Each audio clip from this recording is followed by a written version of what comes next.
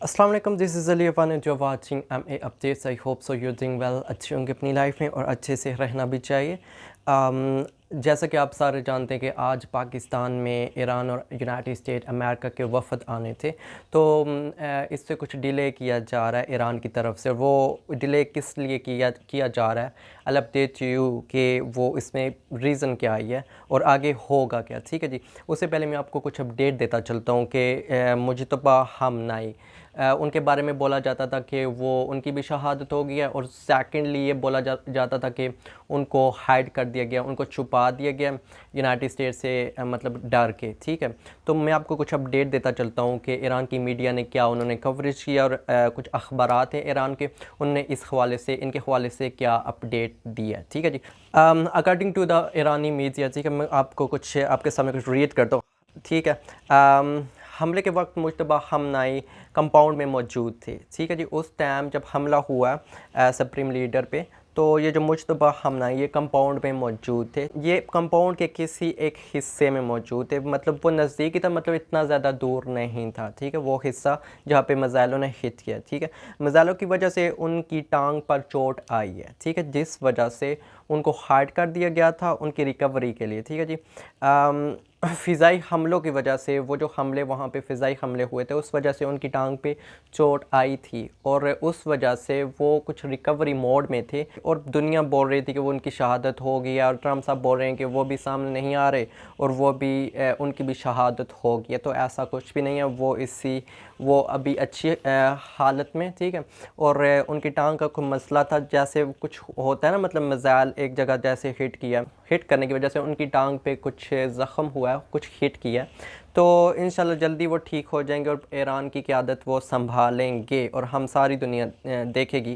ठीक है, और दूसरी तरफ एक बात कि अमेरिका का ईरान के बहरी जहाज़ पर हमला और उसको अपनी हिरासत में ले लेना, और दूसरी साइड पे अमेरिका का बोलना कि हम ईरान के साथ मुज़ाकरात करने जा रहे हैं। एक साइड पे वो हिरासत में ले रहे हैं और एक साइड पे वो नाकाबंदी करें। देखो यार, वहाँ पे कम्प्लीटली सीज़ फायर हुआ था, मतलब जंग बंदी हो गई थी। ठीक है जी।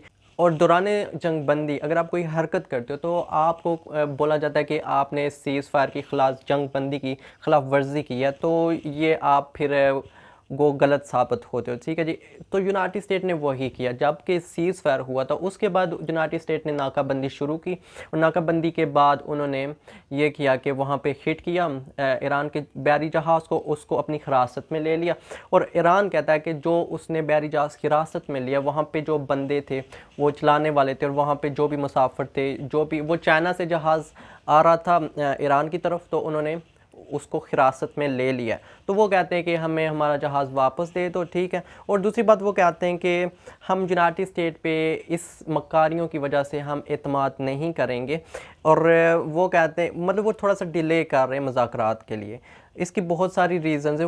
वो उन्होंने पहले ही बोला था, वो जो स्पीकर हैं ईरान में, उन्होंने बोला था कि हमें कम्प्लीटली तौर पे एतमाद दो, कि क्योंकि हमें एतमाद नहीं करना आप लोगों पे, क्योंकि पहले भी 28 फ़ैब को आपने जो किया, सुप्रीम लीडर को शहीद किया, बड़े बड़े लीडरान को आपने शहीद किया, तो वो आप एतमाद करने वाले उस मोड में नहीं हैं। ठीक है जी। तो इस जहाज़ के बाद वो तो बिल्कुल भी नहीं है। तो आगे क्या होता है, I will update to you कि ईरान से वो वफद आते हैं कि नहीं आते यहाँ पे पाकिस्तान में इस्लामाबाद को कम्प्लीटली तौर पे वो कर दिया गया है कि सिक्योरिटी अलर्ट कर दी गई है कि यहाँ पे यूनाइटेड स्टेट और ईरान से वो वफूद आ रहे हैं वो मुज़ाकरात करने के लिए। तो वहाँ इस्लामाबाद से अगर आप तलक रखते हो या फिर इस्लामाबाद की तरफ जाना है, तो यू हैव टू डिले, मतलब वेट करना पड़ेगा, सब्र करना पड़ेगा।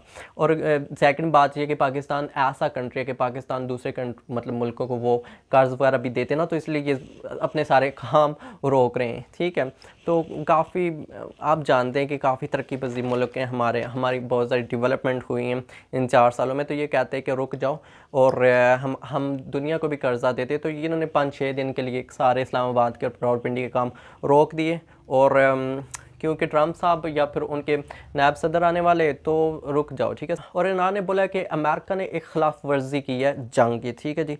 और हमें लगता है कि ये जो यूनाइटेड स्टेट है ये सीरियस मोड में नहीं है, ये संजीदा नहीं है, मुज़ाकरात करने के लिए ये संजीदा होगा, लेकिन बाद में वो फिर वही हरकत करेगा जैसे वो मक्कारी करते हैं। और जैसे सीज़ फायर करने के बाद, जो जंग बंदी होने के बाद, वो बाद में वो काम करते हैं मुज़ाकरात का बोल के, ठीक है जी।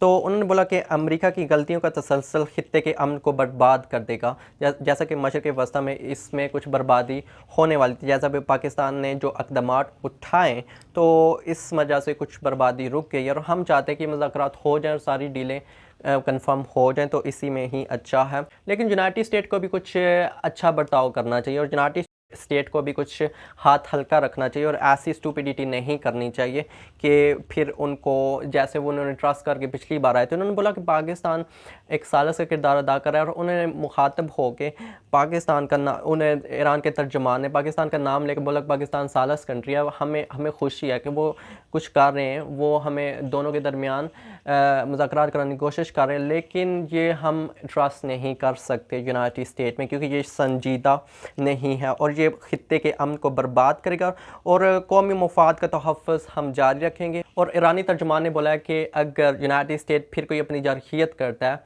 ईरान में, तो हम फैसला कुन जवाब देंगे यूनाइटेड स्टेट को। और दूसरी तरफ से मैं आपको अपडेट देता चलता हूँ कि पाकिस्तान को $1 अरब भी मिल गया सऊदी अरब से, और 15 अप्रैल को $2 अरब मिला। तो जैसे कि सऊदी अरब ने बोला कि हम आपको प्रोवाइड करेंगे, हम आपको देंगे, तो पहले वो उन्होंने 15 अप्रैल को $2 अरब दिए, तो आज के दिन $1 अरब उनको पाकिस्तान को भी मिल गया है। ये पाकिस्तान को के ज़र मुबादला में काम आएगा और पाकिस्तान की हेल्प करेगा, मदद करेगा पाकिस्तान की तरक्की में। जहाँ ये मंसूबे और बोले जा रहे हैं तो उनसे मुतल्लिक भी उनके लिए भी ये काम आएगा, ठीक है जी।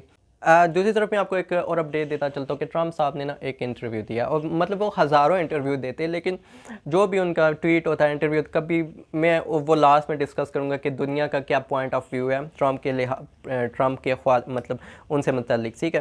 तो ट्रम्प ने एक इंटरव्यू दिया, वर्डिंग टू वर्डिंग में आप तक प्रोवाइड करता हूँ कि इंटरव्यू दिया जिसमें उन्होंने बोला कि ईरान मुज़ाकरात करेगा, ठीक है जी। और मतलब उन्होंने कंफर्मेशन दी कि ईरान मुज़ाकरात करेगा, लेकिन अगर ईरान ने मुज़ाकरात नहीं किए, ये एक बीच में नहीं वाला वर्ड आ गया, तो ईरान ऐसे हालात देखेगा जो इसने पहले कभी नहीं देखे होंगे। मतलब ये पहला बयान नहीं है ट्रम्प का जो उन्होंने हालात देखने वाली बात के। आपको याद हो, एक उन्होंने इंटरव्यू में बोला था कि ईरान को फिर पत्थरों की वो जो दौर है उसमें ले जाएंगे। मतलब ऐसा चलता है कि ट्रम्प ना बोलते रहते हैं ट्रम्प साहब। तो ये जो हकीकत है ना, ये जंग को रोकने के चक्कर में, और ये रोकना चाहते हैं, और ये मतलब इनको बहुत सी वहाँ पे चीज़ों का, डिफ़िकल्टीज़ का मुकाबला करना पड़ा है, जिसमें उनकी अपनी अवाम उनके मुखालिफ हो गया और इंटरनेशनली दुनिया इनका साथ भी नहीं दे रही। तो एक दिन मैं कम्प्लीटली तौर पर ट्रम्प की अलग से वीडियो बनाऊँगा कि इसमें कौन से हालात पैदा हुए कि जो सीज़ फायर ट्रम्प को करना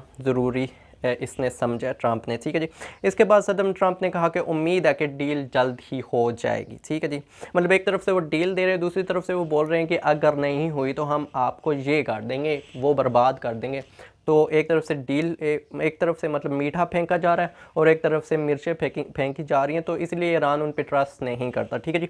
उसके बाद ट्रम्प कहते हैं कि डील करने में हम जल्दबाजी का मुजाहरा नहीं करेंगे, हम कोई गलत डील नहीं करेंगे, ये ट्रम्प साहब का बोला। और उन्होंने बोला कि हमारी जो पहले वाली टीम है, जो पहले मुज़ाकरात के पहले सेशन में गई, तो अभी दूसरे वही टीम फिर दोबारा जाएगी जैसा कि नायब सदर। तो हमारा ये कहना था कि ट्रम्प साहब खुद आएंगे पाकिस्तान में, लेकिन वो ख़ुद बोल रहे हैं कि ये नायब सदर, क्योंकि एक सदर का वहाँ होना यूनाइटेड स्टेट में ज़रूरी है। तो या फिर ट्रम्प आते तो नायब सदर वहीं पे रहते, या फिर वो आए तो ट्रम्प वहीं पे, ठीक है। तो उन्होंने ख़ुद बोल दिया कि मेरे जो टीम है नायब मतलब जेडी वेंस, वो आएंगे पाकिस्तान में जैसा कि पहले टीम हो के गई है, ठीक है जी। उम्मीद करते हैं कि जो कुछ होगा अच्छा ही होगा, अच्छी तरह से डील हो जाएगी, क्योंकि बहुत ज़्यादा तबाही ना हम मशरक़ वस्ती के कंट्री देखना चाहते और ना हम हौसला रखते हैं कि इसकी दोबारा रीबिल्डिंग करके, और वो यूरोपियन कंट्री है वो तो कर ही लेते हैं क्योंकि वो डेवलपमेंट उनके कंट्री में हुई है और काफ़ी जो उनका सरमायाकारी और बहुत सी ऐसी चीज़ें कि हम उनसे कंपैरिजन नहीं कर सकते, ठीक है जी। और एक और अपडेट आपको देता चलता हूँ कि ईरानी स्पीकर बाकर कालीबाग का कहना है कि हम धमकियों के साथ मुज़ाकरात कबूल नहीं करेंगे। एक तरफ से ट्रम्प साहब बोल रहे हैं कि आप आओ हम मुज़ाकरात करते हैं, दूसरी तरफ बोल रहे हैं कि अगर नहीं हुआ तो हम ये कर देंगे वो करके। वो एक तरफ से वो एक तो जंगबंदी हो गया, वहाँ पे वो हिरासत में ले रहे हैं जहाज़ जो कि according to the international law के अगेंस्ट है कि जैसे आपका वहाँ पे सीज़ फायर हुआ तो आप छोड़ दो, खामोश बैठो। लेकिन उन्हें एक नाकाबंदी करने के बाद हिरासत में ले लिए ईरान का जहाज़। तो ईरान कहता है कि हम उन पे ट्रस्ट बिल्कुल नहीं करेंगे। उन्होंने बोला कि ट्रम्प का मुज़ाकरात की मेज़ पर बुलाना मतलब कि हथियार डाल देना है, जैसा कि हम हथियार नहीं डालेंगे। ट्रम्प ने भी बोला कि हम ईरान को अलाउ नहीं करेंगे कि वो न्यूक्लियर वेपन बना सके। और ये बाकर कालीबाग का कहना है, जो स्पीकर है उनका कहना है कि पिछले 2 हफ्तों से ईरान की ये जो अफवाज है ये जो यूनाइटेड स्टेट जो कुछ करेगा, ये जंग की नई कार्रवाई के लिए ख़ुद को तैयार किया है इन्होंने पिछले 2 हफ्तों में। तो अब जो भी आगे होगा फिर आप भी बोलते हो कि जो आपने हालात नहीं देखे होंगे ऐसे हम ईरान में ऐसे हालात कर देंगे। तो उनका बोलना है कि ईरान ने जंग में नई कार्रवाई के लिए ख़ुद को तैयार कर लिया है इन पिछले 2 हफ्तों में। तो आगे आप खुद ही देख लो कि दोनों टीमें बिल्कुल तैयार हैं। ये जो जंगबंदी मतलब सीज़ फायर हुआ था 2 हफ्तों के लिए, इसमें ये टीमें दोनों खुद को तैयार करती रही हैं। हालांकि इसमें ईरान जो है वो खामोश बैठे, और जैसा कि यूनाइटेड स्टेट उन्होंने एक न के ख़िलाफ़ वर्जी किया, उसके ऊपर उन्होंने हिरासत में लिया ईरान के जहाज़ को। तो ट्रम्प ने बोला कि आज के दिन वो वहाँ से रवाना हो जाएंगे, और दूसरी साइड पे ईरान वाले कहते हैं कि हम उन पे ट्रस्ट नहीं करेंगे।